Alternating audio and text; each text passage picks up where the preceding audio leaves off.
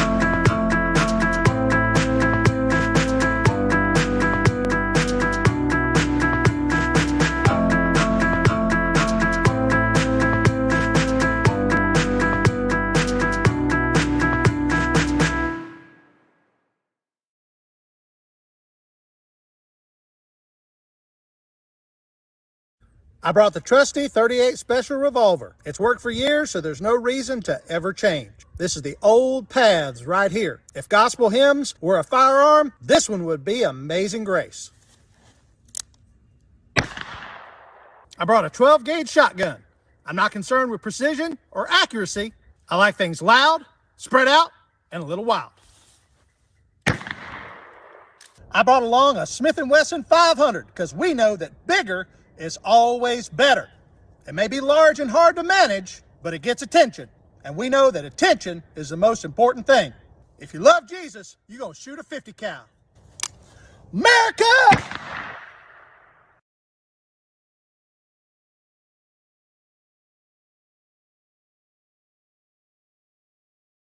Superior theology requires a superior firearm, so I'll be shooting the 1911.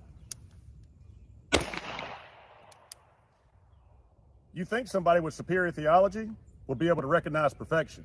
And Glock, now that's perfection. I prefer not to shoot with Tupperware, thank you. Guns should be made of metal. Then you're gonna love this.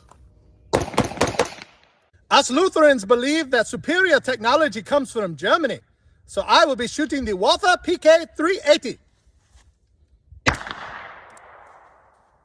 I brought along a pistol caliber carbine. It's the best of both worlds. The low recoil of a pistol with the accuracy of a rifle, because I like to have one foot in both camps.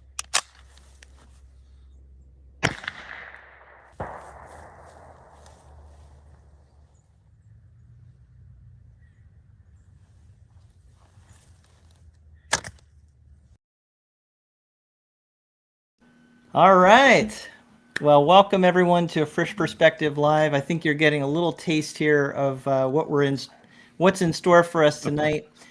I am honored to have a great guest with us tonight, as well as a co-host who I have enjoyed doing many videos with, Jason Whitaker, my co-host. Welcome, Jason. Absolutely. Hey, thanks for having me back, man. First time this year. Yes, great. I'm starting to feel some kind of way, but yeah. okay, well, put the hat back on. Sorry.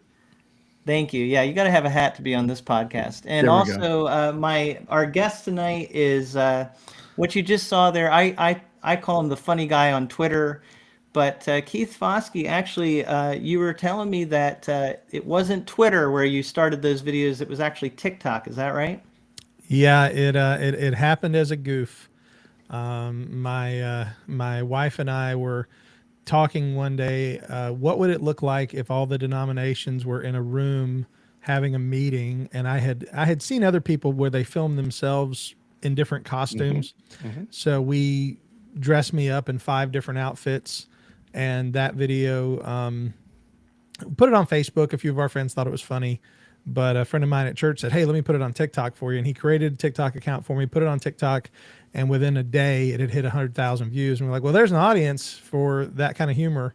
And so far that's where we've been able to hit over a couple million views, not just on that video, but on several of our videos on TikTok have really gone Nice. wild. So Nice. That's crazy. I mean, yeah, you really hit on something there. And what I've seen on Twitter, to me, looks like it's gone viral. But like you said, TikTok is where it started, and a lot of views. So I'm going to say this, though. I like Twitter better. I don't mean to interrupt you. I do like Twitter better because there's more positive interaction. A lot of TikTok. I get a lot of negative on TikTok, even though I have had a lot of positive. I have to be honest. But Twitter seems to be the audience seems to be more resoundingly positive on Twitter. Maybe that's just because the haters aren't leaving comments as much. But I don't know. I tend to like the audience there. They tend to be real positive. Well, let's see. I would Let's see encourage you. from. Yeah, I'd I was encourage just you to going to say also check out Gab. let's see if the audience is friendly tonight. I see. Everyone can tell that Keith Foskey, our guest, he is a very humorous person, and I've seen his videos online, and they're fantastic. You saw that one earlier, but it does say there your handle is. Your Calvinist. So I know that it's possible that there are people that are watching who don't actually believe in Calvinistic doctrines, and so you've probably heard some comments about being a Calvinist, I'm sure. Oh yeah, one of my series. I have different series. I have videos that I have the denominational videos. Those have been the most popular. I've also got series that I do 4 things. Like I did 4 perspectives on Revelation, 5 perspectives on this, different 5 books you should read, things like that. More serious videos. I like those. But I also have a video series called Arguing with a Calvinist, where I pretend to be the non-Calvinist and answer the non-Calvinist questions. Sometimes it's a little sarcastic, sometimes it's a little funny, but it's always intended to try to answer a very common question. I've been accused of straw manning those, and I tell people, listen, it's a 1-minute video intended to be somewhat funny. Of course, it's not going to dig deep. It's not supposed to, so don't take it too seriously. If you don't like the way I answer the question, go listen to my 1.5-hour podcast that I've done on that subject. Be a little more fair. So, yeah. I love it. Well, that's let true. me just put some viewers places that are watching from up here. Say hi to people. We got Denise from Frankfort, Kentucky, and we got Wes from Richmond, Virginia. Oh, I like this next one. I literally just got back 2 days ago from Minneapolis, Minnesota. So hello, Peter in Minneapolis. This is kind of sad. I left Minneapolis where it was so cold there, and I get back and we got a Arctic blast here, and it's like -11 degrees here, so I can't escape the cold.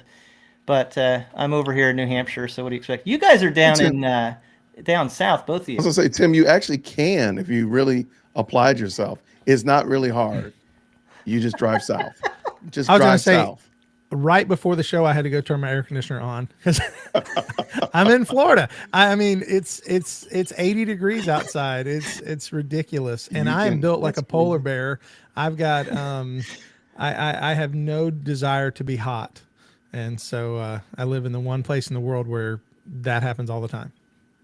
Well, I'm guessing Julio, watching from El Salvador, is also in a pretty warm climate too. So. Hello, Julio. Great to have you with us from another country. I love, by the way, that when we do these videos, people from all over the world will tune in, and that is really cool. And by the way, as we go along here, this is going to be a three-way conversation, but we want to open that up to the audience too. And, we love to see your comments. And if you have any questions or anything that you want to ask us, feel free to ask us any questions as we go along here. It's really fun to interact with the audience. So we'll be looking at the comments. I do want to also mention that on Fridays, I do Bible giveaways.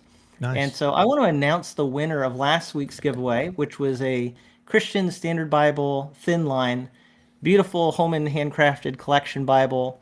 And the winner, I'm going to announce that, is Mark Drain.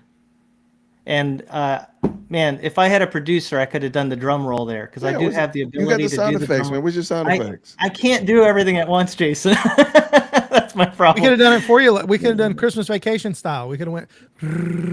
It's true. Yeah, I see? should have had you guys do the sound effects. All right, yeah, we'll cover for each other. We'll do sound effects if we need to. All right, so yeah, Mark Drain, congratulations, and I will also be emailing the winner to make sure that I get the shipping information to get that Bible out to you. A little later in the episode, I'll announce a new Bible that I'll be giving away this week. And so stay tuned, and I will give you directions on how you can enter for a chance to win this week's Bible. All right. So I think people have tuned in and are watching. This is great. So I wanted to ask you, Keith, just to get a little bit more background about you.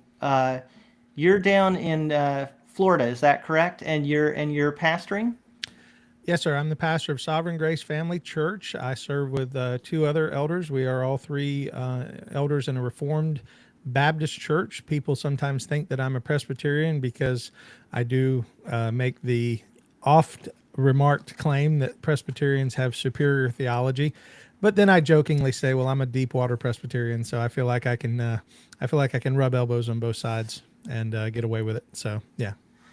Well, I think Jason approves that message. Jason, my co-host here, is Presbyterian. Absolutely. So what do you think, Jason? Oh, no, Superior theology? It is enhanced theology. How about that? That's It's nice like- of you. It's like CGI. It's enhanced. It's There great. you go. I love it. I was worried, Keith. I did actually make that assumption too, that you were Presbyterian when I My was, wife planning to have you on. My wife What? has said many times, she says, people are going to think you're Presbyterian. I said, if they do, that doesn't matter. I think it's funny. But yeah, I'm not. Yeah, actually, yeah, I thought I was going to be outnumbered tonight. You did, And yep. so I was like bracing myself. And then as I actually was watching and looking at your stuff more, learning more about you, and I realized, actually, I think he's Reformed Baptist. So you're kind of a honorary Presbyterian. We will take you for sure. We will take you for sure. Tim likes to stir the pot, though. He likes to stir the Baptist, Presbyterian. Every now and then he throws Lutherans in there, too. He likes to stir that. So he only calls me on the show when he has another Baptist, by the way. I noticed that. Yeah.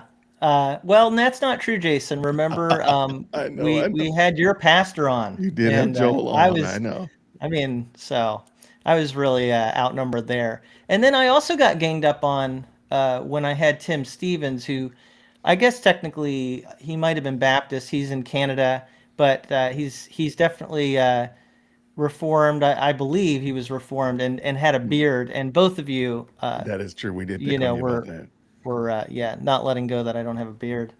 So yeah. Anyway, Keith, I think it's one of those things where a lot of people have a hard time recognizing some of those differences if they're not in the Reformed community. So maybe this is actually a good learning thing for anybody watching. Like, what is the difference between a Reformed Baptist and a Presbyterian? I'll let Keith. And if Jason needs to, rebut anything, he can do that. Oh yeah, I'm here for it. I'm ready. I'm warming up. Well, the main difference that people would see on the outside would be a difference in the way that we administer the sacrament of baptism, in that Presbyterians would administer family baptism, which would include infants and children of at least one believing parent, where a Reformed Baptist would hold to what's known as credo baptism, which is that a believer or a person must confess faith in Christ prior to being baptized. There's a deeper issue at play, which really involves the continuity and discontinuity of the old covenant versus the new covenant, and how that covenant sign is to be administered. And it even goes as far as to understanding the distinctions in the covenant of works and the covenant of grace. And but I think the easiest thing for people to recognize as an outward display of that difference is the expression of the sacrament of baptism. Yeah. That, you agree with that, brother? I agree with you 100%. Yeah. Yeah, and it's good that there's two Baptists here, so I can feel nice and safe and Yeah. So if I say see don't that we got it right. if I say don't baptize your babies, Jason can reply with baptize your babies. And Baptize your babies. That's our. Anytime I have a Presbyterian on, we make sure we go back and forth at least once. So or twice. I saw a picture of and I'm sure there's a ton of memes out there, but it was two ice cream cones, and one had sprinkles on it, and it said Presbyterian, and the one was chocolate dipped, and it said Baptist. Baptist, I love it. Well, the administration of baptism does play a part too, because you typically don't immerse a baby, even though the Eastern Orthodox do it, and it's hilarious. Yeah, it is. If you see those guys taking the baby and ka-choo, it's awesome. They're intense. Yeah, they are intense. They are going to baptize your Can I tell a quick story though about that? My wife and go I, ahead. the first time we ever visited R.C. Sproul's church, she didn't know a whole lot about Dr. Sproul, and I had been following him for a while, but she didn't know he's Presbyterian. So we go to his church, and this is in the old St. Andrew's building, which is before they built the new one. Mm-hmm. And they used to have this beautiful stained glass picture of Isaiah 6 with its seraphim and the throne, and it was right behind the pulpit. And she was commenting to me on the way home. She says, "Boy, that's a beautiful stained glass picture behind the pulpit." She said, "But where's their baptistry?" I said, "Well, baby, did you see the little bird bath up there in the front? That's the." And she said, "Really?" I said, "Yeah, they're Presbyterian. They don't make them go all the way down. They just a little dab will do you." There you go. There you go. Wow. Well, here's a question about. I think Jason wasn't hit me back. Here's a question that kind of is related to all this. Is the supper the same between Baptist and Presbyterian? I'll let you both say anything you want to about that. I'm assuming the Lord's Supper. Any difference in views there, or how it's administered? Do you fence the table? Do you fence the table, Keith? Yeah, but I think what she's asking, if I might assume on what she's meaning, is between Presbyterians and Baptists, do we see the supper the same? And I think we both would require a confession of faith prior to participation in the table. Absolutely. The only ones who would not would be the Christian Reformed movement. The Doug Wilson movement does practice something called paedo communion, but they tend to be a minority in Presbyterian teaching. Yeah. Do we need to part ways about, do you actually use grape juice or wine? I'm not going to argue with you about it, but I know that we're going to be different because that's one of the areas that we tend to be more Baptist on that. Yeah. We keep Mr. Welch's in business. I love it. We actually just changed it. Don't quote me on this. I want to say 3 years ago. Yeah. I have to go back and it was always Welch's. Now it's wine, and we do have Welch's available for those. Yeah, it's a mixed tray. Yeah. Mixed tray. Well, no, we have we still have it. We're not passing it yet. I think actually I apologize. This Sunday we will go back to passing the tray, but we had been putting them in these really decorative, well done little plastic containers, a piece of bread and a cup, but and you would come down and pick that up. There was a delineation of the wine and the grape juice, but actually this Sunday, and I'll be deacon of the month this Sunday, we're going back to passing the plate. So we'll see how that works. Is that like employee of the month? Sort of, kind of, but a lot less. You don't get a good parking spot. Okay. So there's 2 deacons that are responsible for the service. And so it used to be actually 1, but now we thankfully, by God's grace, we've increased our diaconate that now we can have 2 deacons, 2 deacons on each month to just make sure that everything runs smoothly. So nice. All right. Well, this is getting to be a technical conversation. Unfortunately, now we're having technical difficulties. Okay, I think Keith is hopefully going to be back. He's a little frozen right now. He's a little frozen. I'm gonna put a comment on here that was just a funny one from a fellow YouTube channel, a Nicholsworth. He's Tim Nichols. He says, "Is Tim Frisch or Tim Nichols the prettier Tim? Tim Wildsmith doesn't count because he isn't here." Well, I guess I'll let the audience chime in if they want to. I don't. You know. I am not at liberty to say what I think about that. Am I still here, or do I need to log out? You're back. You're back. You're back, but I think you're frozen chosen. I just actually okay. We did an answer from the audience about who's prettier. Nichols is actually better looking because Frisch has on too much Eagles gear tonight. Ooh. All right. Wow. I'll give you that. That's good. That's a good answer, Wes. So I've met Tim Nichols and Tim Wildsmith, these 2 other guys that have channels, and one thing that I didn't realize, because I see people like this, but when I met them in person, they're both considerably taller than me. So I would have to say yes, both Tim Nichols and Tim Wildsmith are these nice, tall, handsome guys, and I'm just a shorty. All right. Oh man, and then Jason, you stole my joke from earlier, didn't you? yeah, I did. Because Jason said, "Can we agree that Keith Foskey is frozen chosen?" Right. Yeah, we got to make that joke every time you freeze, Keith. If you're going to have Calvinist as your handle. I love it. Yeah. I love it. That has a story too. I don't know if anybody's interested in why. Yeah. Why, let's go for the Let's whole the Calvinist thing. I went to a Southern Baptist seminary, not the Southern Baptist seminary, but I went to a Jacksonville Baptist Theological Seminary, which is a seminary in my hometown. Yep. And we were basically taught that Calvinism was poison. If you become a Calvinist, your church is going to fold. I mean, it was preached against in seminary. But during my last year, I became convinced of Reformed theology, and when I became the pastor of the church, which was in 2006. I've been the pastor since 2006. I don't know how many years that is. That's 16, 17. Yeah, I don't know. Been a while. So when a couple years into my preaching, there were some people who tried to kind of come against it. We don't like this Reform stuff. We don't like this Calvinistic stuff. And there was a local pastor who tried. Can you guys still hear me? Mm-hmm. Hello. Yes. Okay. Yes, okay. yes. There's a local pastor who was preaching against Calvinism, and I walked into a restaurant one day, and apparently I had been a conversation with him because when I walked in, he looked at me and said to the person next to him, "That guy's a Calvinist," like really loud.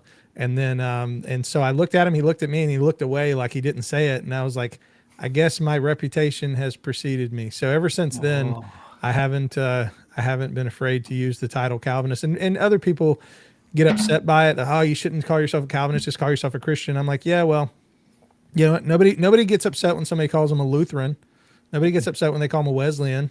Nope. So I'm gonna just steer into the embankment and go off the cliff if I have to. I like it. Yeah, and I would imagine where you are, Keith, in Florida, there's a few Baptists down there, and they're not a lot. Probably a lot of them are not actually Calvinistic. Isn't that right? No, the great thing is I'm handsome, so I get by. There you go. that does help. That proves I'm just making jokes. There we go. Clearly. Hey, as they always say, beauty is in the eye of the beholder, right? And it is. Yeah, it's a good thing my wife doesn't have good eyes. Well, I was going to say we're all married, so we have all of us have wives who see us in a good light. Far Yeah. better than we deserve. Far better than we deserve. Amen. Yeah, I didn't actually ask you about your family, Keith. So you're married and you have kids? Yep, got married at 19, so been married for 24 years. We have 6 children, and our last one was this year. Well, actually, last year because he was born September 20th. But yeah, that's number 6. So I now officially have a Brady bunch. We have 3 boys and 3 girls, Nice. and so Mike Brady ain't got nothing on me. The Foskey bunch. That's it. That was our Christmas card. It literally had the 6 and the yeah. I love it. I love it. Well, I So- want to go back. Oh, go ahead, Jason. No, I was gonna say but Tim has you beat in children though. I mean, Okay. I only have 2. You got me. I don't have him beat, but I have him tied. It's a tie score. I have 6 kids. Really? Why did Yes. I had 7 in my mind. Okay. I thought you had 7. Jason's really stuck on that. You have to have 7 because the Bible, it's the there you number go. of completion. There you go. Can't No. stop at 6. I'm gonna speak a word. I'm gonna speak a word. Yeah. A word of Sorry, prophecy right Jason. here. If you speak a prophecy for another child, that's I'm 42, brother. There's still gas in the tank, man. Come on. I tell you what, It's running low though. I was gonna say that gas has got some water in it. I don't know. Is it? That is too much. That is entirely too much for this show. Well, I wanted to go back and talk more about the gun video and maybe some other videos, Keith. But before I do, I do want to tell everybody about the Bible we're giving away this week and how you can enter for that. So have either of you heard anything about this translation, the Berean Standard Bible? Is that something that you guys have heard about at all? I saw it in a video. I think you sent it to the gentleman, your video yesterday. That was like my first time hearing about it. Yeah. Well, what's good about this translation is, I know there's a lot of translations out there, but it's a conservative translation done by Bible Hub, and they have very generous licensing on this. So you can actually make I think maybe 200 copies of their text for ministry, and you don't have to be paying or worried about copyright infringement. Okay. And so especially if you need something and maybe you're going overseas and you just need to be able to print something easily, the Berean Standard Bible is great. So I wanted to put this in someone's hands maybe so that someone out there who's curious about this translation could have a copy for their shelf, for their study. And to enter to win this Bible, you can be in the drawing if you email me at afreshperspective@gmail.com. And in the subject line, write Berean Standard Bible. And if you do that, that'll let me know you're entering the drawing this week to possibly win this Bible. And I will announce the winner on my show next week, next Friday. So if you want a chance to win this, just do what the screen says there. Email me at afreshperspective@gmail.com and write Berean Standard Bible in the subject line. So that's this week's Bible giveaway, and I'll do another one next week. I like it. I like it. All right. Yeah, So I use Bible Hub a lot, and when you said that, I thought I recognized that. So that's cool. I didn't know they had their own translation. That's neat.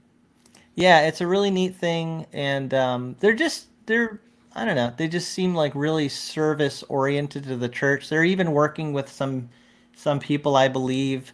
For those who are more majority text leaning, I think that they want to help produce something with a majority text, which is a pretty cool thing. That's something that you don't see a lot of out there. Okay, so I'm going to keep paying attention to the comments, everyone. If you have any questions that you want to ask us, feel free. You could just put question maybe before you ask your question, just so that we know you're asking a question. But I wanted to ask Keith about that gun video. Where you even get the ideas for these things. And, I think Jason had a question for you too about guns. So tell us about that. Is that that was one of your most recent videos, I think, right? Yeah. I think it was my last denominational one. If you don't count the ones that I do, because I also have if Seinfeld was were denominations, or Right, so if the last one did with that with Bill Murray. I do some of those are just sort of just for fun.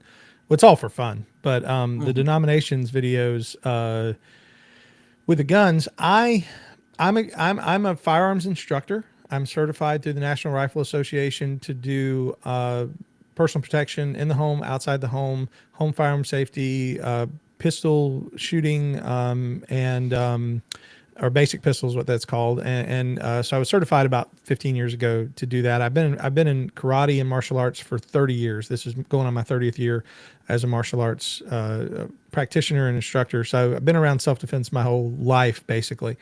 And I posted a video of myself teaching how to hold a pistol. It was just like a 30-second video of how this is the proper way to use two hands, hold a pistol. And somebody responded, and I don't remember who it was. I wish I could give them a shout out. Somebody says, you should record the denominations go shooting. So I'm pretty sure I said that. Is that you? It was absolutely. Give you the shout out. Okay. Well, so some of the later ideas are coming from people that follow me on Twitter and other places, and they say, "Hey, why don't you do this?" And when I heard the idea of if the denominations go shooting, my immediate thought was, what gun would each one have? And so I had to begin writing the script with my wife. My wife is my co-writer, and we sit down and write. We literally do write everything out. We write a script and then we film it. And she helps me do that. Yeah. That is really cool. So I showed that yesterday to my father-in-law, and I live up in New Hampshire, and guns are pretty accepted up here. I think now the laws are just very loose, actually, up here. I think it's constitutional carry state or something like that. And Florida's not yet, and it's driving us crazy because you would think Florida being a little bit more conservative in a lot of areas, we still don't have constitutional carry. Okay. Yeah. Well, my father-in-law worked for Pine Tree Castings for many years, and they made parts and shipped parts for Ruger guns. Nice. And so he picked up on that 1611 gun that you mentioned in the video. And I think that's what it was called, something like that. And I don't know anything about those guns, but he said that he actually gave a gun like that to one of his family members recently because he helped ship parts for that specific gun. Nice. So wow. Cool. He was like, really into that video, not only because of the guns, but also the way that you were tying it in with denominations. Yeah. So what do you have against United Methodist, Keith?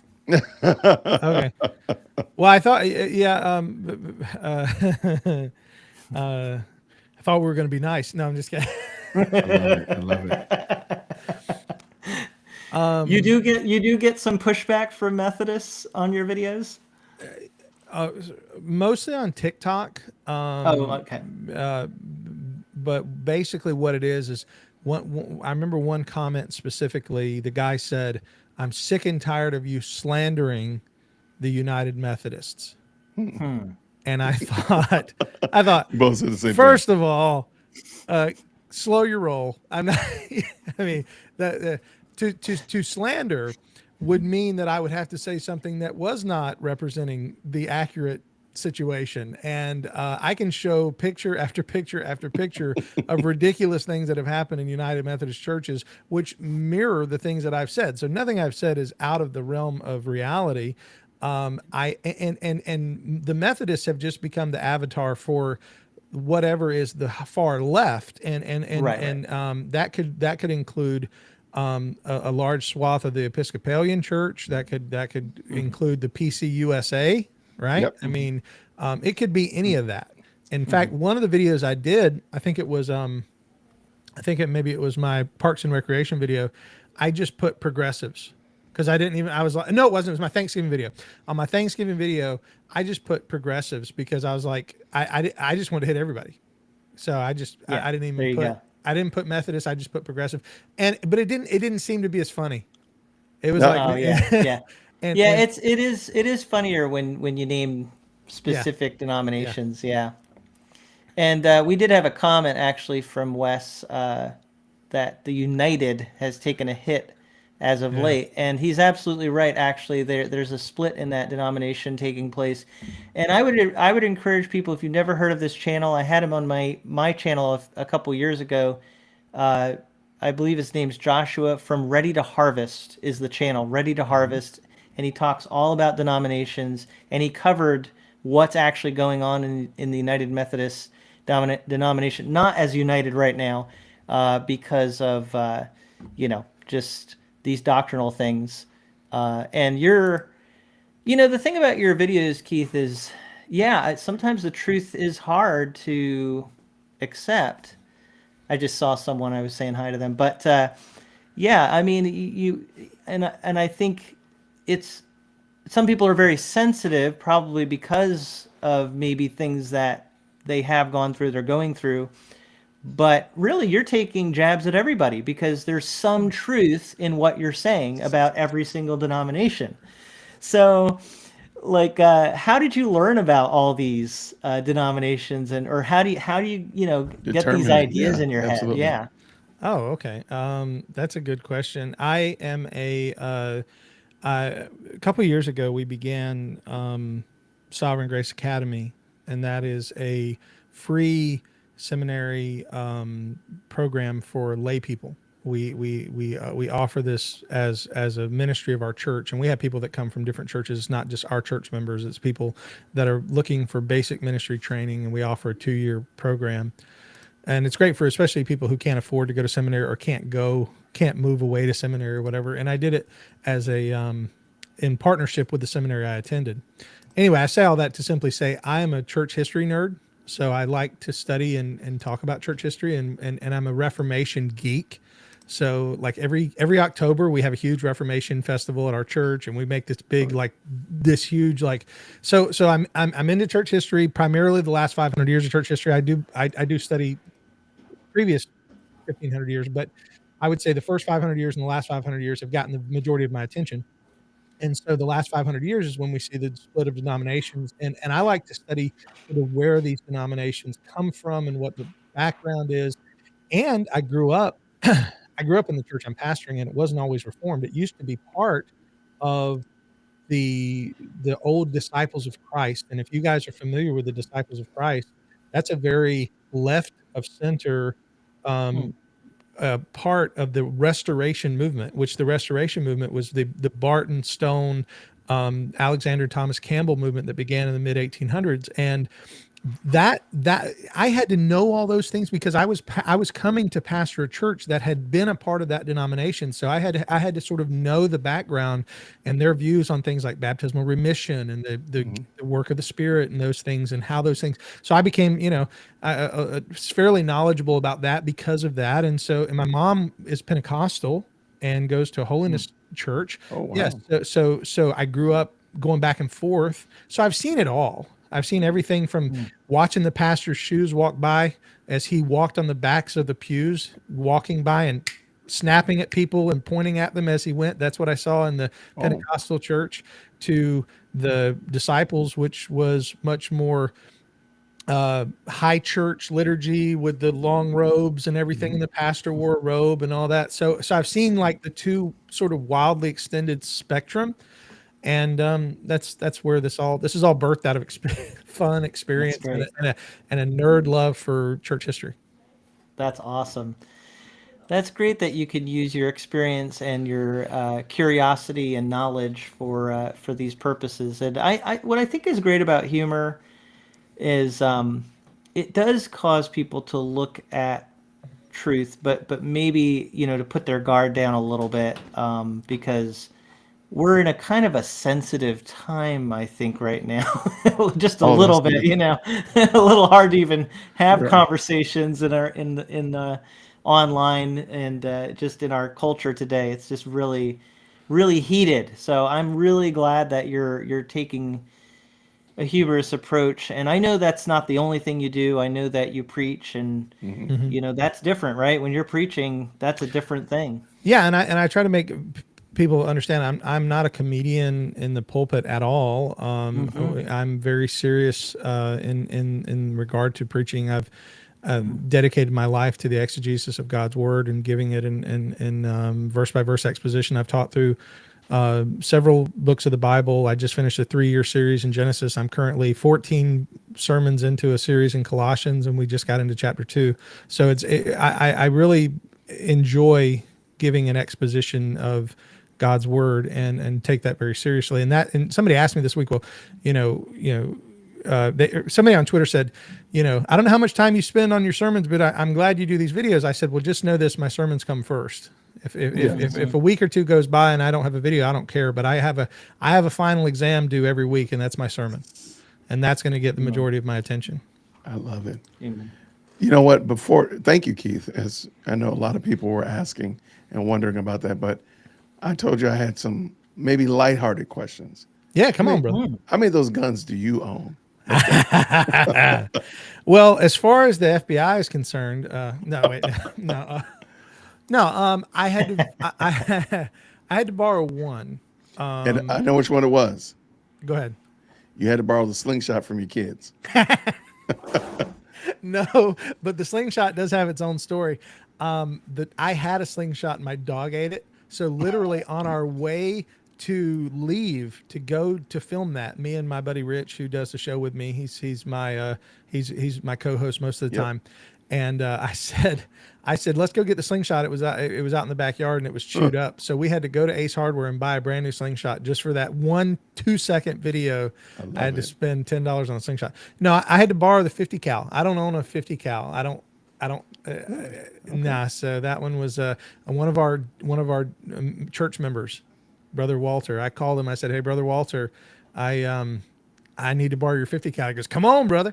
And when I took it back, he said, listen, I've got a 45-70 that needs to be shot. He said, I haven't shot in a while.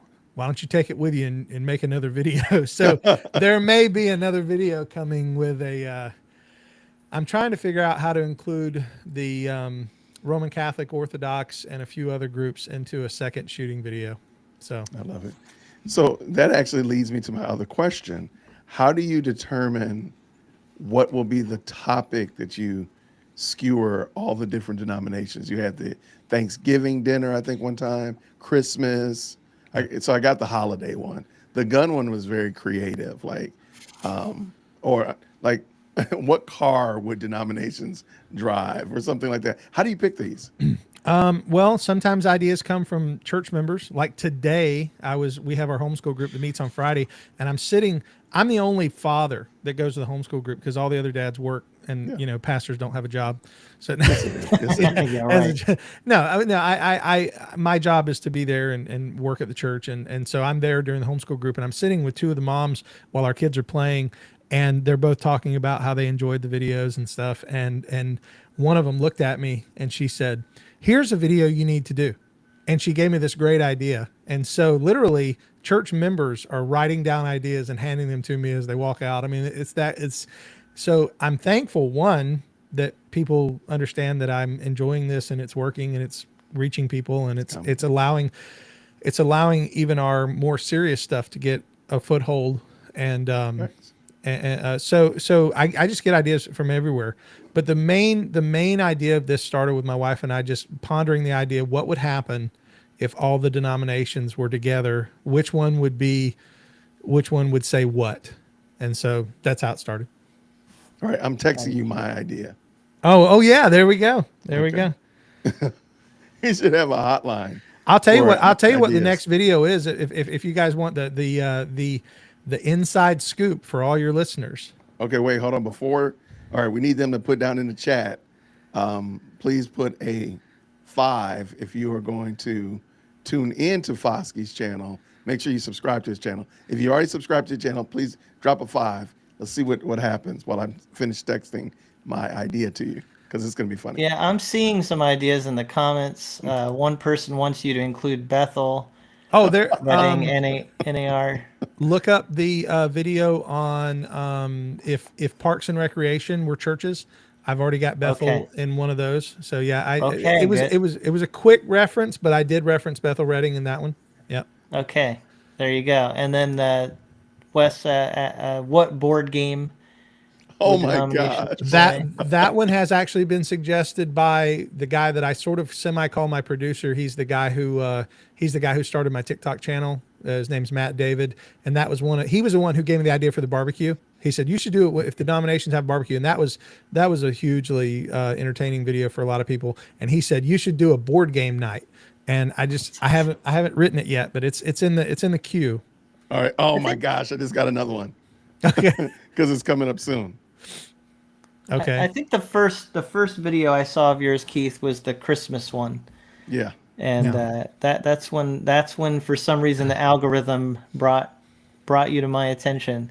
What video is probably the most watched? Christmas. Christmas has. It is the Christmas. I think if you go to TikTok, it's hovering around 800,000 to 900,000 on TikTok, and then it's got some good traction on Twitter as well. The one place I don't have a ton of traffic is on my YouTube page. I mean, I'm getting better now, but it took me forever to get a foothold on my YouTube page, and we just hit I think 1,600 subscribers, so we're finally getting some folks paying attention over there. But it seems like the social media platforms have been the place where people have found me, and then they go to the YouTube page.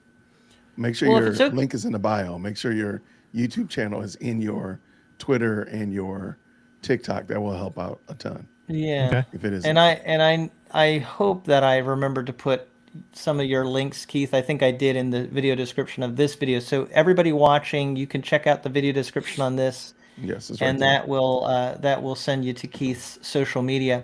Although I don't have TikTok, so but you didn't put mine in here, Tim. So I think it's probably racism. I'm pretty sure. If it's okay with you guys, if we could take a little break from talking, I think I'd like to show another video clip of Keith, because I'm seeing we've got quite a few viewers here, and maybe there are people that didn't get to see the first one. So if you're just watching, you haven't been watching the whole time, I'd love for everybody to see one of our guests, Keith Foskey's videos. They're really funny. He's on TikTok, Twitter, and does these videos about denominations. So I'm going to play the one. This relates to me because I was just on an airline this past week. So this is Denomination Airlines. I'll play some of this. Welcome to IFB Airlines. We want to begin by talking about the rules because rules are very important to us. Our first rule is that there's going to be no drinking, no smoking, no tattoos, and no movies on this flight. For the safety of all of our unsafe passengers, we want to let you know that our co-pilot is lost. That way, in the event of a rapture, you'll be able to make it to the ground safely. If you look in the back of the seat in front of you, you'll notice there is not a safety card. Instead, what we have is a chick track. It's called Flight Saver, and it's all about people who die in a fiery plane crash and go to hell. We hope you have a nice flight. Our flight attendants will be by just in a few minutes to say the sinner's prayer with anybody who needs. Welcome to Presbyterian Airlines, where superior theology meets I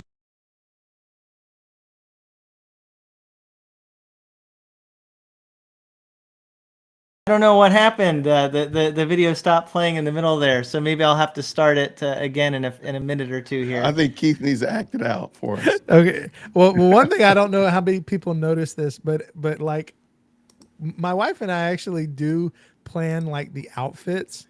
And if nobody noticed the short tie and the way that I was dressed for the IFB, and I tell you what, if the short tie and the big tummy is not an IFB staple, I don't.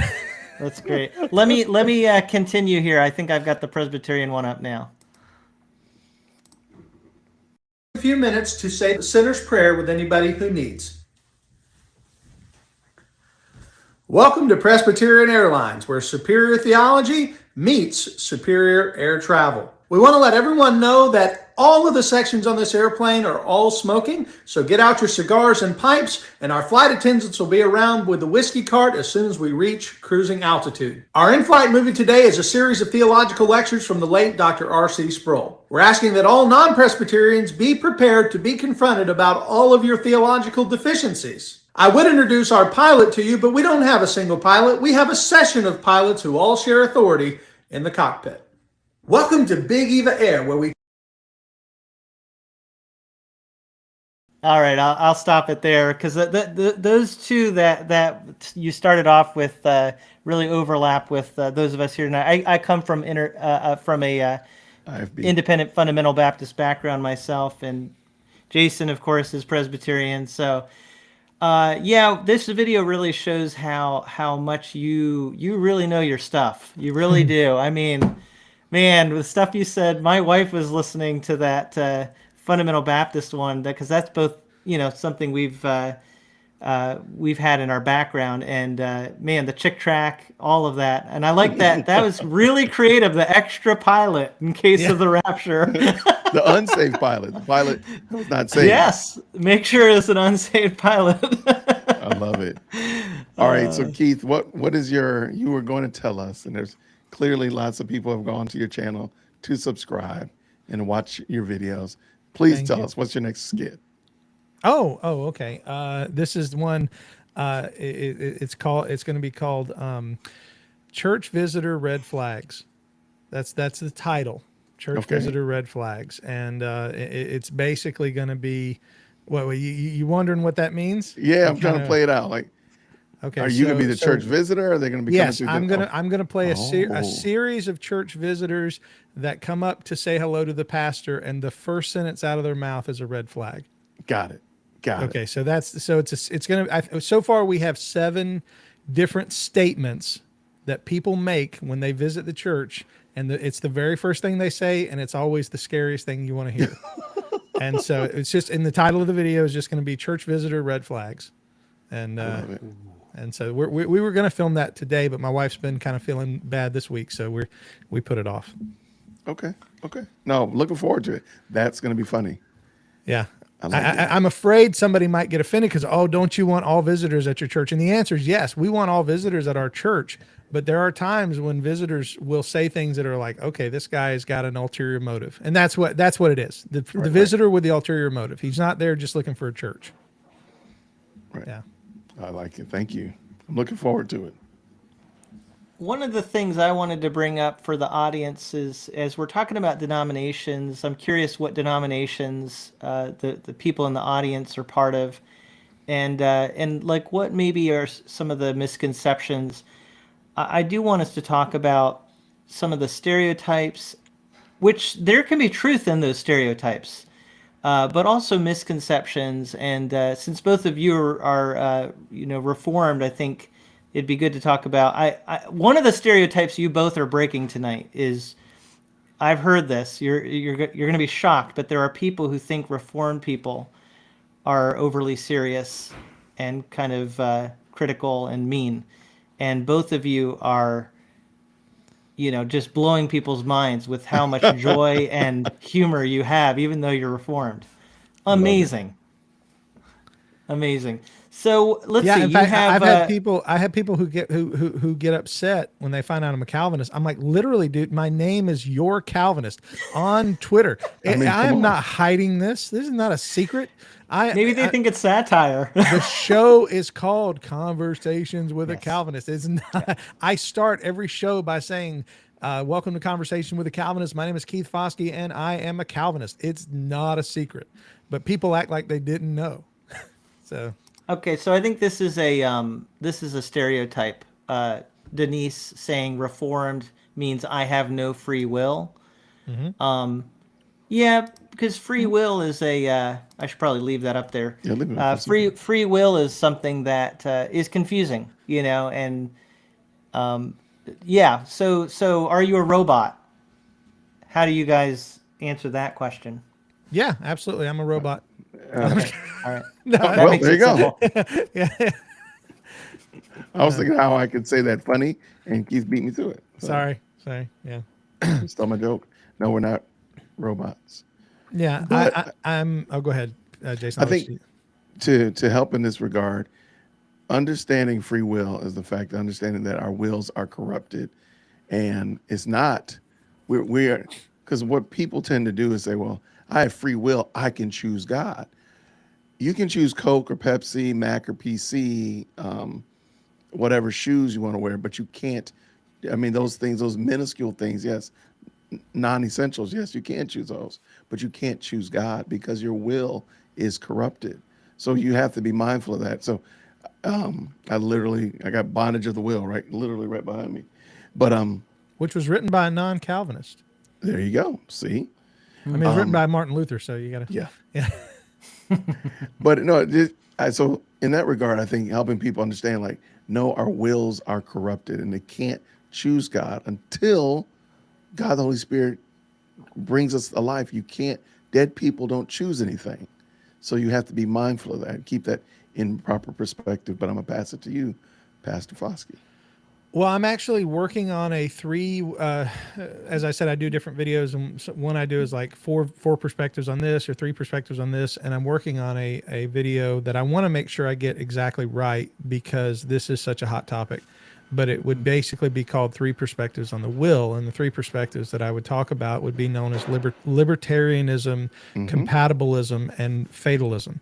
And I think you have two ditches, and the two ditches are libertarianism and fatalism. Libertarianism on the left, which says we have the freedom to do all things, and then fatalism on the right that says every decision, every moment of our life has been so meticulously ordained that we participate or we do not participate with any legitimate choices.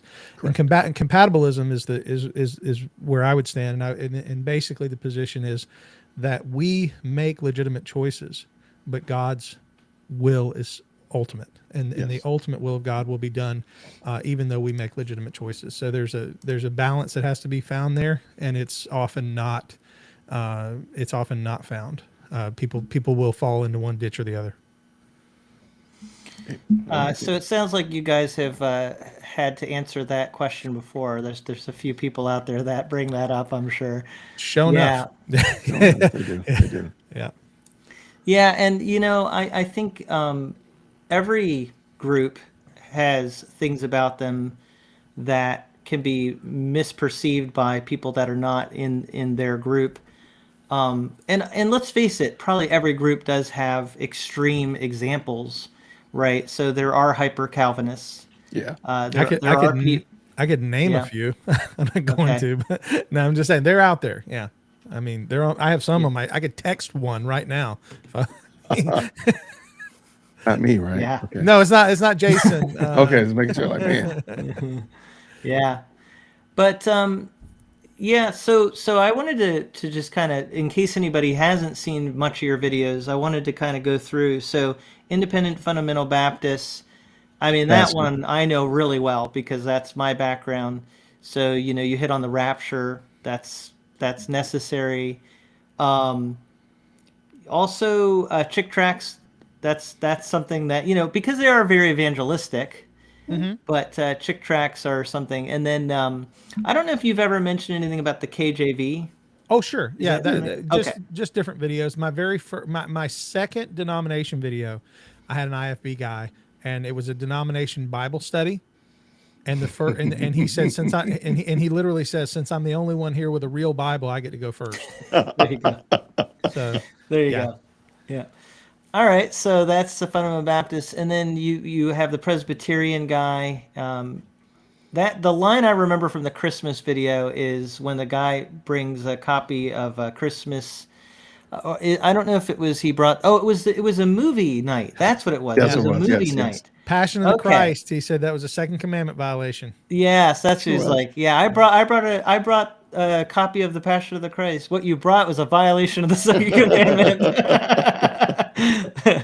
So Presbyterians, they definitely hold strongly to the application of the moral law in the Old Testament and applying that to today. So Matthew Everhard is a Presbyterian pastor who was on my channel last week. Sure. And he mentioned one of the reasons he doesn't like The Chosen is the depiction of God that he feels that is breaking the second commandment. Can I chime in on that? Yeah, go ahead. To me, I agree with Matthew. I agree that it's a violation of the second commandment, but a lot of the time it's not even necessary. A lot of the time we don't need the chosen. So it's not even, now maybe I can have a discussion with you about the passion of Christ and its depiction of Christ. I felt like was far more, at least an attempt to be biblical. Whereas from my understanding, Chosen is just Christian fan art. I mean, it's just like I heard about something about Christianity. Let me make a movie about it. It's extremely not well done. So, but both of them, if it came down to it, I would say both of them violated, and it only causes more issues. It's always, well, Jesus probably looked like this. No, he looked more like this. Or no, his hair was like this. There's no reason for it, because at the end of the day, the gospel seems to get obscured when we do that. So that's why my biggest pushback, if you were trying to be faithful and it was really faithful, I might still have a problem with the second commandment, but I'll probably give you a lot of grace if I'm like, wow, that was a lot of gospel. There was a lot of gospel in that. But most of the time it's not. So right. That's good. It's nice to hear from a Presbyterian, that little inside perspective there. Jason, you don't wear bow ties and smoke cigars all the time? I wear bow ties. All I own are bow ties. Oh, okay. All I own are bow ties. I see. But I don't smoke cigars. But no, that's not a bow tie, sir. That's not a bow tie. Uh-oh. Oh, man. That is a clip-on. I gave it away. Get yourself a real bow tie. Wow. Well, Jason. as fast as I have to change. This is my. Oh man. Hold on, let me. There isn't anything in the Old Testament law about bow ties, though, Jason. I'm sure there is. Let me go find it. Yeah, there is. I mean, the Lord put a bow in the sky. That's how we know. That's right. Oh, Right there we go. He put a bow in the sky to show his covenant with Noah. There we go. That's it. Bird, come here. Oh boy. So I want to ask Keith, though, when it comes to the Presbyterian, what is it that you're saying there, like with superior theology is a lot of times that, what are you getting at when you're stereotyping the Presbyterian with superior theology? That was an unintentional hashtag, and it has now become a hashtag, which I'm thankful to have inspired. I guess in this generation, if you inspire a hashtag, then you've made it. So what happened was it was during the Thanksgiving episode. Okay. So the first time I used the phrase superior theology was during the Thanksgiving episode. Everybody was going around saying what they were thankful for. And what the Presbyterian, I had a copy of the Westminster Standards. I have it on my shelf. So I had a copy of the Westminster Standards. I had my cigar, and I had, I said, the things I'm thankful for is good cigars, craft beer, and superior theology. And I held up the Westminster Standards. Well, that became a hashtag where, the Presbyterians, we have superior Westminster Standards. We have the superior theology. So every video since then that has had the Presbyterian, I've referenced that line because they picked up on it. So that wasn't even in the first video. That was in the third video. I used the phrase superior theology because of that. What are you thankful for? I'm thankful for superior theology. I like how you pick up. There's a lot of your story that just seems to be, it just happened from your church members starting a TikTok to someone suggesting this, that, and the other. I love the fact that you take those things and just run with them. I can see you running a touchdown with these ideas because they're great. So don't forget to check your phone. I've sent you some great ones, by the way. Yes. And I will send you my consulting fee. Oh, yes. Hey, I'm going to text you back real quick. This is going to tell you how much I care about what you sent because I don't even know the answer. Look what I just sent you. This is bad. We shouldn't be doing this online. That's okay. I don't even know what it is. I don't either. Well, I know it's all coming right, up so soon. I do have a question from the audience for Keith. Okay, go ahead. I'm going to put that up here. And that is, how did you become convinced of Reformed theology?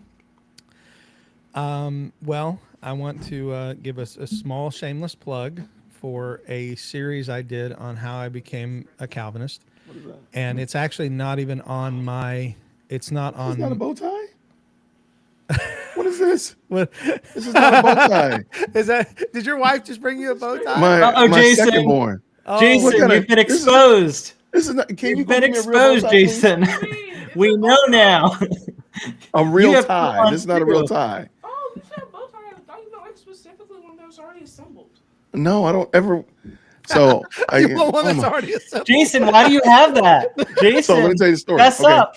No, Fess that's a up, great question. Jason. That's a great question. Most people who follow my channel know that I used to be a classroom teacher, and I was called the bow tie teacher.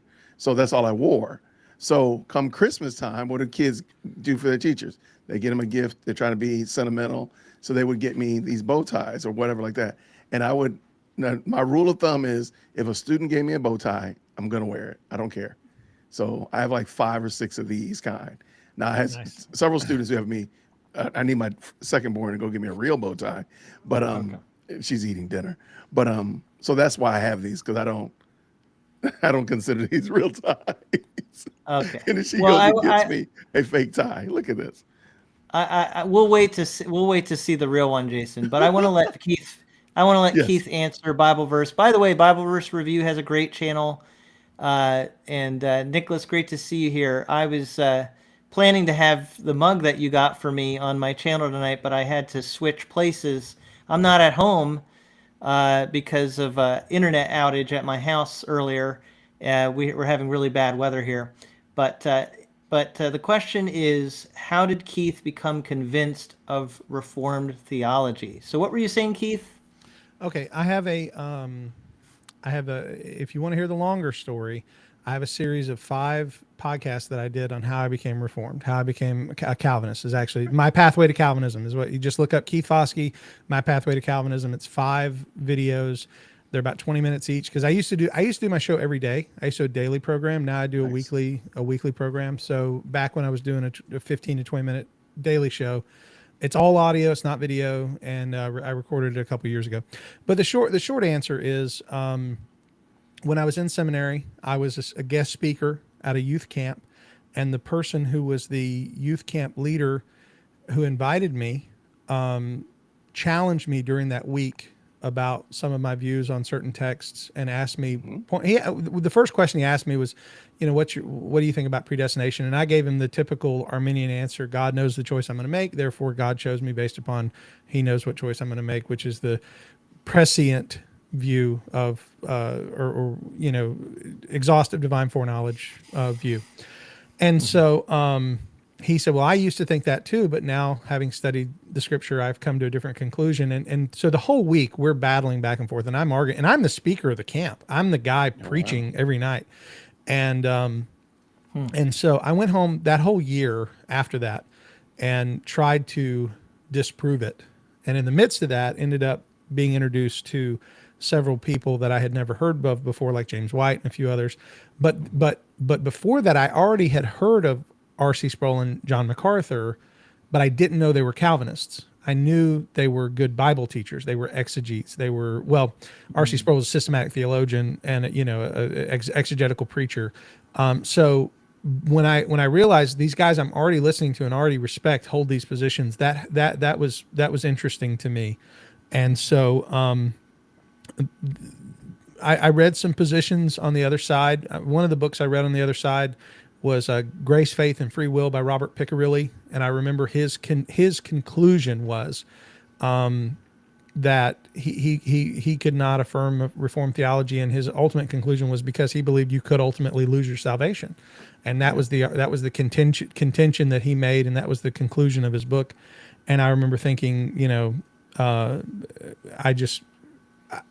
like I said, after about a year, God just confirmed in my heart that I was going in the right direction. And I remember sitting in my living room reading the Bible, and I would yell to my wife, who was at the other end of the house. I would say, "Hey, baby, doesn't this sound like Calvinism?" And I'd read something to her, and she'd go, "Yeah." And I said, "Okay, just make it." And I'd read a little more, and so that was a funny story, but that actually happened. I remember that night. And I was just saying, I just can't get past this. And so it was just a year, more than a year, but at least a year. And there were men involved. Roy Hargrave was hugely influential on me. A lot of people have never heard that name, but he was the pastor of Riverbend Community Church in Ormond Beach, and he was a Reformed or a Calvinistic Baptist preacher, and he was his 5 Points of Calvinism series was amazing and very helpful. So yeah, I like it. I'm gonna Really, check out your really podcast. interesting to absolutely. hear. Interesting to hear that, Keith. Now, this is kind of the other side of the coin here. Someone's asking. This is Clayton. Have any of y'all studied Wesley? I would Anybody? say, well, my question would be in what regard? Because Wesley was a classic Arminian, and so having studied the teachings of the Remonstrants, which are the ancestors of Wesleyanism, I could say I understand what Wesley taught, but I haven't read as extensively in Wesley's own words. However, I have often consulted some of Wesley's commentaries when I'm studying, because I do like to read commentaries that don't necessarily hold my perspective so that I can be more well-rounded in my study. So I haven't, there we go. So I haven't read as much Wesley, but I'm very familiar with the Remonstrant arguments, which are the ancestors of Wesley's position. Okay. Well, I guess we got to go back to bow ties because I'm seeing. So my Batman bow Jason, tie. you got something to show My us. Batman bow tie has arrived. All right. So I have theme. I have like, I'm not even being funny. I have 147 bow ties. So I have quite a few. And this is my Batman bow tie. When I would do a superhero theme week. What's up with that? Well, this is perfect. What's up? There we go. Because, I got a Superman one too, but she just grabbed me the bats. Well, this Clayton wanted to know. this is a regular tie, and it's my Superman tie. So I got Superman, you got Batman. I have superior tie game. Oh, now we'll have to debate whether Superman and Batman, because I'm a DC nerd. If there's anything I know more about than the Bible, it's going to be comic books. So. Oh, we can have a conversation the next time about why comic books are in trouble that they're in. Yes, definitely. We could do a podcast about that. Yeah, we will do. That will be our show. We'll talk about why are comic books in the trash hole like they are in. Oh boy, because I am with you on that too. I'm a. Do you know how to tie a bow tie, Keith? Because someone was asking, how do you tie a bow tie? He just showed you how he ties it. I'm going to plead the fifth. Okay, Jason, you look like you've done this before. A time or 2 or 5,000, absolutely. Okay. Well, he just proved his Presbyterianism right there. Oh yeah. Is that actually necessary for how I'm church a membership, Baptist. Jason? Yes. Actually, when you become a deacon, you actually get a bow tie as part of your diaconate uniform, and that is a smoking jacket, the snips for your cigar, and a bow tie. So that is the way we do it as Presbyterians. So crazy. Oh man. Okay. Yeah, Baptists definitely have a lower threshold. You don't have to learn to do all those things. I love it. This is gonna be my new profile picture. I'm gonna need that not to happen. I need that not to happen. Wow, I'll tell you, But that shows you what kind of Baptist I am, that I can tie my tie. Yeah. Just not even looking. Not even looking. There you go. So I guess that's another difference, is that Presbyterians are bow ties and Baptists are regular ties. No. If you watch the shooting video, you'll notice that my friend who's in the tack vest and got the AR-15, he's wearing a tie. He's wearing a regular tie. Yeah.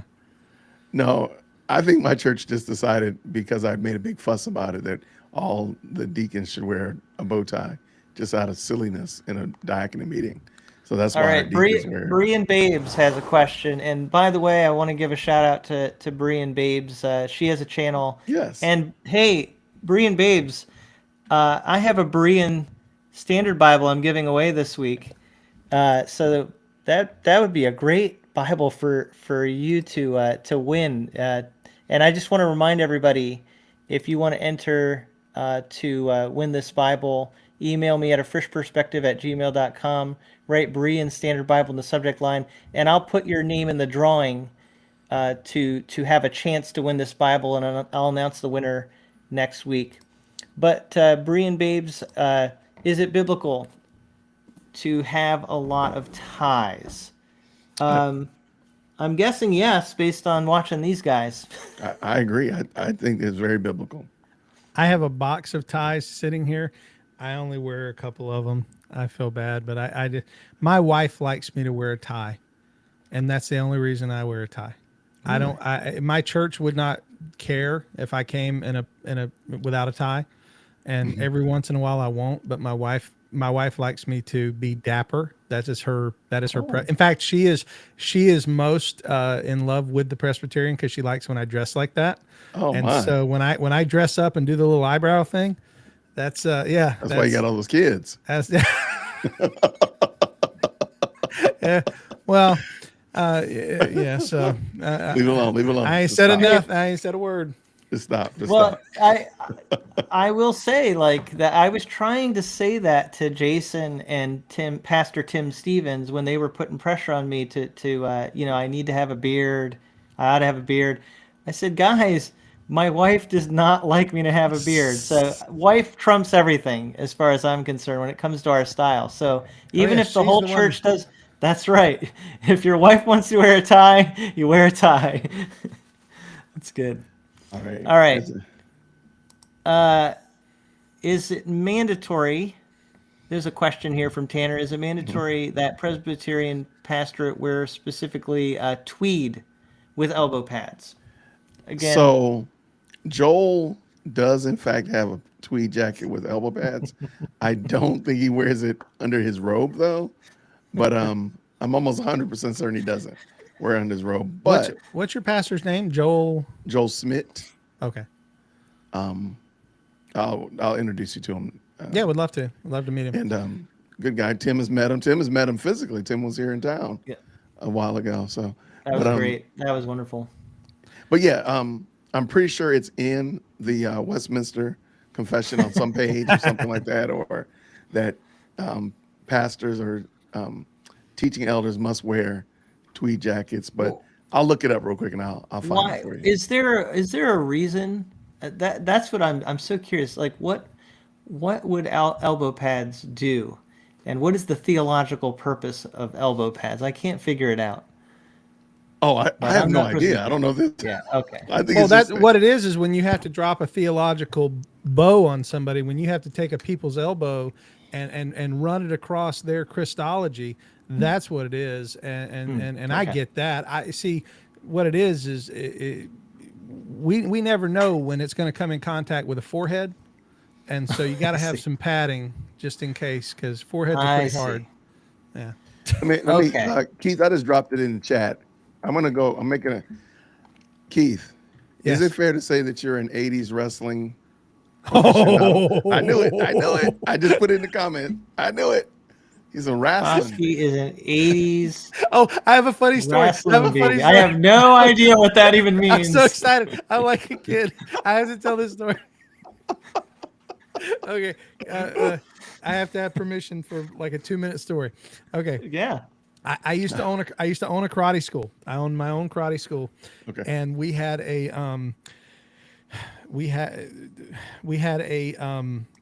concession stand out front where we would sell power bars. And I had Hulk Hogan power bars that I sold. And if you don't know who Hulk Hogan is, shame on you, because Hulk Hogan is awesome. And he's eternally relevant. Don't tell me he was only relevant back during the NWO. He is eternally relevant. He will die and go on into relevancy forever. Anyway. Absolutely, brother. So those power bars were terrible. Even though, and a person visiting our class, was actually a relative of mine, took a bite of one, didn't like it, went outside, and she fed it to a cat. Now, here's the funny part. It's not funny. One of my students walks outside eating one of those power bars, and the cat attacked him, because those power bars are designed for a 150-pound human being, not a 16-ounce cat. So the cat was on basically crack, and that cat was like was going for its next fix, and it attacked my student. It's the one of only 2 times in my life I've had to call 911, was because one of my little karate students was attacked by a cat. And when I called 911 and gave them that story, they thought I was lying. I said, you have to come to my karate school. I have a student that got attacked by a cat. Dead silence. 911 was silent. And they were like, are you serious? I was like, yeah, I'm very serious. So Hulk Hogan power bars are like crack to cats. And that's the moral of that Tell the story. So you like 80s, you like 80s wrestling, WWF. Macho Man Randy Savage. Art Al Board. Snap into a Slim Jim. Yes, absolutely. There you go. And you like 80s movies. Yes. I actually did watch, I don't know if this was quite 80s or if it was early 90s, but I did watch Groundhog Day yesterday. One of my kids actually really wanted to watch it, so we did watch that. And you watched that terrible Teenage Mutant Ninja Turtle movie, Tim. Remember that? Oh yeah, the old one, the gosh. first one, the first one. What do you mean terrible? It was pretty good. It's horrible. All right, Jason, I love you more than you know. But come on, brother. You had, first of all, how dare you? Come on, man. Teenage Mutant Ninja Turtles, man, that thing was terrible. Okay. All right, and I just wanted to let you know, Keith, you are getting backed up here by Coldwell Apologetics. That's right. Yeah, that's Hulk right. Hogan is relevant. I'm sorry, were you going to say something about Teenage Mutant Ninja Turtles, Keith? Yeah. Corey Feldman played Donatello. That is a 80s icon cross. You just don't even know that. Cross-pollination mutation. Absolutely. It is. When I hear Corey Feldman's voice coming out of Donatello's mouth, it satisfies my whole 80s culture vibe. I just sit down and I'm thankful. I'm thankful that God created the 80s and all of that. That's true. I will give you that. Yeah. I'm glad about that. Okay. Fair enough. Yeah. If you really want to nerd out, you ask me 80s questions. That's in my bio. I'm a lover of 80s movies. John Hughes wrote the story of my life, and John Williams wrote the score. Oh, okay. Yeah. Okay. Yeah. I'm familiar with what you're talking about. And actually, my youngest child, her favorite movie is has a soundtrack from John Williams, E.T. Nice. And I used to go to sleep listening to the E.T. soundtrack. Yeah, she loves that. And Dude, I'm a nerd. My dream for her is to take her to one of those. They do these film showings where they show the film, but they have an orchestra play the soundtrack live, and I want to take her to see that. So they do that here for "It's a Wonderful Life." Oh, cool. For Christmas. Yep. Cool. All right. Well, we kind of got sidetracked there. I was going through the people that we stereotype or that we see kind of the stereotypes in the videos you do, and we got to Presbyterian, and we had a lot to talk about with that. Jason even showed us his real bow tie. Real bow tie. Give me that fake stuff. Yeah, there's also you do Big Eva. That's one, and that's one that a lot of people kind of recognize because it's all over the place, and it's also the most public a lot of times thing that you will see on maybe TV and stuff, Big Eva. So just for anybody who doesn't know, like, what do you mean by Big Eva? Well, the avatar for Big Eva, and by that I mean, who am I channeling, right? What figure am I channeling? Because honestly, if you ask, I'll tell you, with with the IFB, it's all the pastors I saw growing up in the IFB. With the Presbyterian, it's sort of a cross between Doug Wilson and Joel Beakey. That's sort of that very very erudite, and then the for the avatar for Big Eva is Rick Warren. Okay. Yeah, Rick Warren is Big Eva because I mean, who else has trained over a bazillion pastors in his life and has, and Rick Jason, Warren. are you okay? Jason, are you okay? I'm gonna start twitching in a second. I know. I'll start twitching in a second. He gets a little triggered when he hears Rick and Warren in the same sentence. Yeah. Oh, well, good. When I have you on the show, I do a thing called Craziest Things This Week. I've got one just for you. It's a surprise video. I always show my guests a surprise video and make them watch it and respond on the spot. So yes, sir. Oh, yes, man. sir. Uh-oh. But no, so Big Eva is mega church, big evangelical, sort of everything from Rick Warren to Beth Moore, that sort of that group. Bigger is better. Whatever you got to do, got to shoot a 50 cal. Got to have, if you love Jesus, you're going to have a real live Chick-fil-A. If you love Jesus, you're going to have real live reindeer. These are all things I've said, Big Eva is, and Big Eva's statement is, if you love Jesus, you're going to do this because we love Jesus more than anybody because we're Big Eva. Yeah. That's funny. That's it. Yeah, that's good. So I think you're capturing some really, you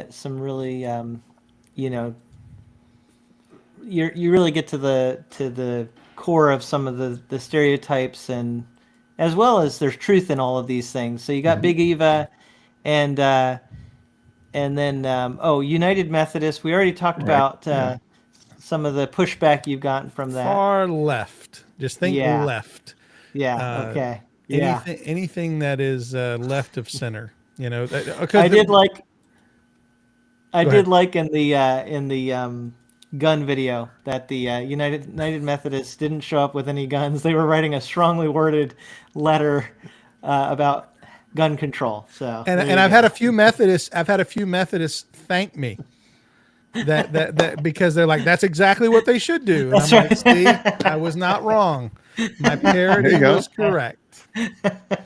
Sanctified satire, Jason's idea. I love it. I'm gonna start using it. I love it. Yeah. I love and it. then you in that video had Mennonite, but that's not one you. Oh yeah, that's right. I make did fun of the Lutheran. Yeah. Yeah. I'll tell you this. I'll tell you a secret. I love Lutheran so much. Luther is a major hero of mine. Mm-hmm. I know Luther had some issues in certain areas, but I mean, just his willingness to stand for the gospel and I tell his story every year. I tell his story from memory, just all of his life. That's my favorite story to tell. October 31st, 1517, and all the events leading up to that and following that with the Diet of Worms and all that.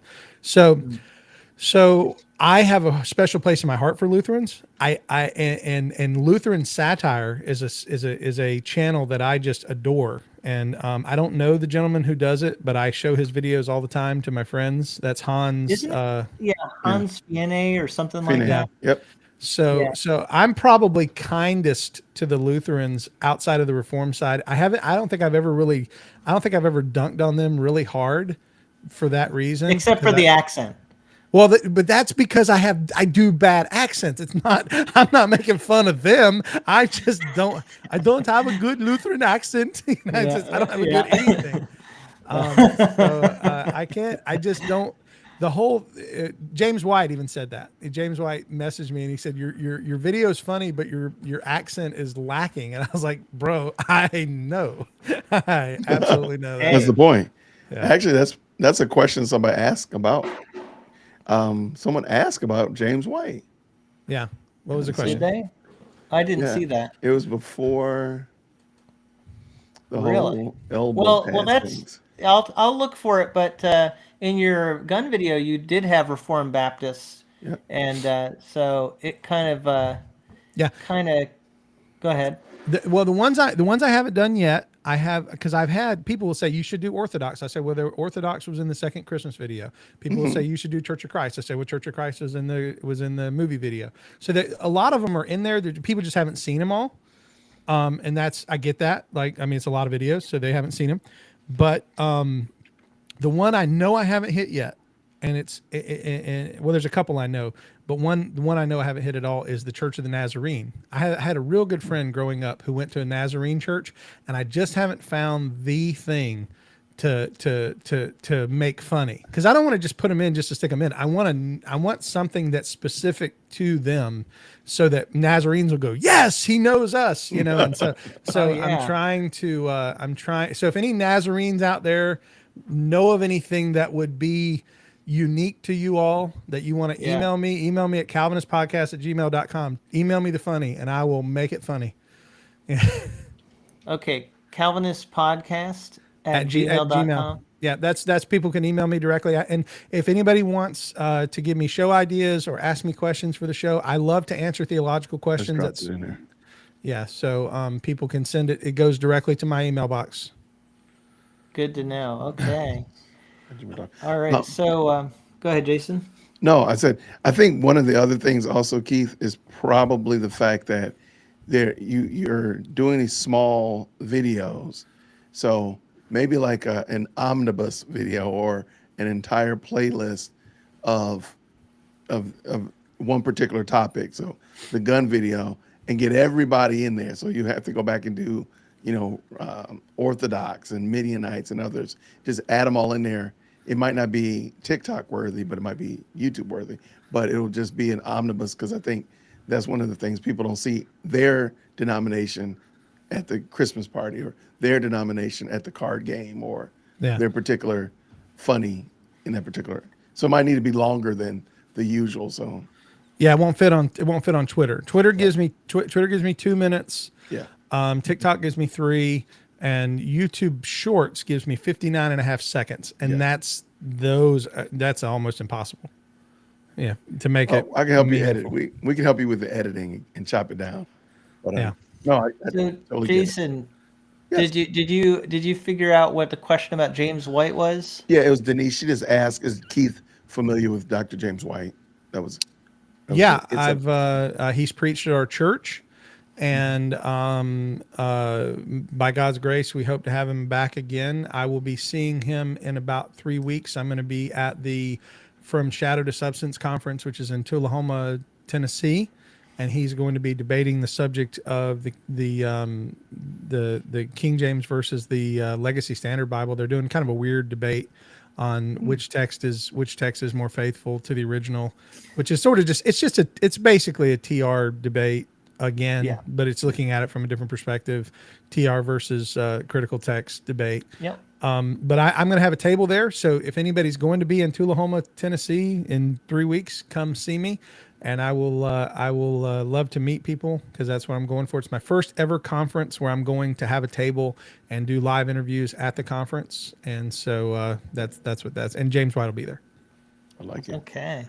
So I saw this one comment that I wanted to just throw up there from England, and say hi to Tony in England. He said he's enjoying this conversation from England, although most of it is lost on him. No. Sorry, I know when we got into talking about wrestling from the 80s and some of that other stuff, we might have lost a lot of people there. I don't know. You can't tell me that Tony don't know who the Hulk is. Come on, Tony, let us know in the comments if you're still there. Do you know who Hulk Hogan is? Did you ever watch WWF wrestling? Hulk Hogan, Macho Man Randy Savage, and the Nature Boy Ric Flair. Woo! Woo! That's right. There you go. Hey, Tony has another question too at the very bottom. Okay. I was gonna put up this compliment to my clothing, and also mention Benjamin said he likes my Eagles swag. Good luck against his Chiefs. And so thank you, Benjamin. That's actually really good sport of you to say good luck. And I hope the Eagles win. Tim, are you a Vince Papale fan, or does that matter to you? Or you know what? I don't really. Is that from the Eagles, you mean? Yeah, he was the walk-on guy. They did the movie about him. Mark Wahlberg played him. Vince Papale was a walk-on. He was a local Philadelphia guy who walked on and became a player. Yeah, interesting story. I'm actually I'm from New Jersey originally and grew up pretty close to Philly, and so I do like the Eagles to some degree, but honestly, my dad's from Miami, Florida, and I always grew up liking the Dolphins. So, gotcha. But so you're a Dan Marino fan. Dan Marino was the one I really recognize. Yeah. Which means you have to love Ace Ventura: Pet Detective. Okay, Tony. Thank you, Tony. Tony says I know Hulk Hogan, but more familiar with British wrestling. And 80s music was excellent too. I love it. I'm just trying to picture what British wrestling would be like. They're so polished and so, anytime Right. you hear somebody with a British accent, they automatically sound smarter. I can't imagine Hulk Hogan walking up and be like, "Hello, gentlemen, we're here today to wrestle whatnot." Whatnot. Fish- That's so stupid. Oh dear. We're now stereotyping people from Wrestling. England. Somebody asked AI to draw a picture of Hulk Hogan as a British wrestler. Please make that happen, please. No. Somebody go to Chat GPT or whatever it's called. Hey, don't tell nobody about that. Hulk Hogan. Write a story about Hulk Hogan fighting in the British Wrestling Association. I'm writing it right now. I'm writing it right as we speak. All right. Well, that's going to produce some interesting stuff, I'm sure. All right. I guess this is another wrestler you recognize. Yes, Jake the Snake Roberts. Absolutely. Okay. All right. I'm trying to remember my favorite. Oh, Tony actually is telling us that in the 70s and 80s they had Big Daddy and the Giant Haystacks. That's right. my guy was Jerry Lawler. Lawler. I can't never say his name right. Lawler. Jerry Lawler. Yeah, he's a guy he's a guy who slapped the Man in the Moon. The guy. Jim Carrey played the movie about the guy who was this actor who was famous in the 70s, 80s, played in Taxi Cab, played in a couple other TV shows. Okay. But anyway, Jerry Lawler hit him on a talk show, like slapped him. Oh my! Because he made him so angry, and yeah. So anyway. So are you going to do if denominations were professional wrestlers, or have you already done that? No. Oh. You could really marry two of your passions, I'll tell you one idea I did have, and I'm in talks right now trying to figure out if I can get an on location for this. I was going to do how denominations work out. I'm a member of a local gym, and I was going to go to the owner and say, "Hey, listen, I could film at midnight where nobody's here. Could I come in and film different denominations working out?" So that would be kind of a that would be sort of that, sort of like a. But no, if denominations were professional wrestlers, I make myself a list here. Yeah. There you go. I'm gonna email you the story of Hulk Hogan as a British wrestler from AI. Did it happen? Did you do it? Are you going to read it? Read it for us, Jason? It's really long though. Oh, just read a little bit. Just read a little bit. Okay. Just to get a taste of it. This is explain this. This is so I just typed into an AI generator. Write a story about Hulk Hogan fighting as a British wrestler. And it said, once upon a time in a world of professional wrestling, there was a legendary wrestler named Hulk Hogan. He was known for his impressive size, strength, and sportsmanship. However, after many years of success in the United States, Hogan decided to take on a new challenge and try his hand at wrestling in the United Kingdom. There you go. It's actually pretty good. Yeah, I mean, it's scary how what's going to happen. And I know I'm not a prophet nor the son of a prophet, but there's a lot of pastors who don't want to do the work of writing sermers that are going to be doing this. I mean, you think it's already happening, Jason? Hands down. I think the fact that it's mainstream now is just they were already using writers before, like Dosing Group was already doing writing before 3-4 years ago. So this has been there. It's just a matter of now it's now mainstream. Everybody's talking about it and such like that. But I don't think it's people are going to be doing. People are already. But those who are not been faithful are they're going to look for the cheat code. So, but they've been cheating already. It's not like a faithful pastor is going to be like, oh, I don't want to phone it in this week. No. Yeah. So, when I was early in my ministry, I used to contribute to a site called sermoncentral.com, and it was basically it was like a storehouse where people would send in notes. And one day I get a call at the church office, and it says, "Is this Pastor Keith Foskey?" I said, "Yes."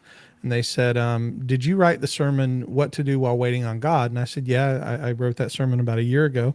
And they said, well, our pastor's been preaching your sermons and passing them off on his own as his own. And I was like, first of all, I was like, I don't know what to tell you, except you need to have a serious talk with this dude about integrity and work ethic.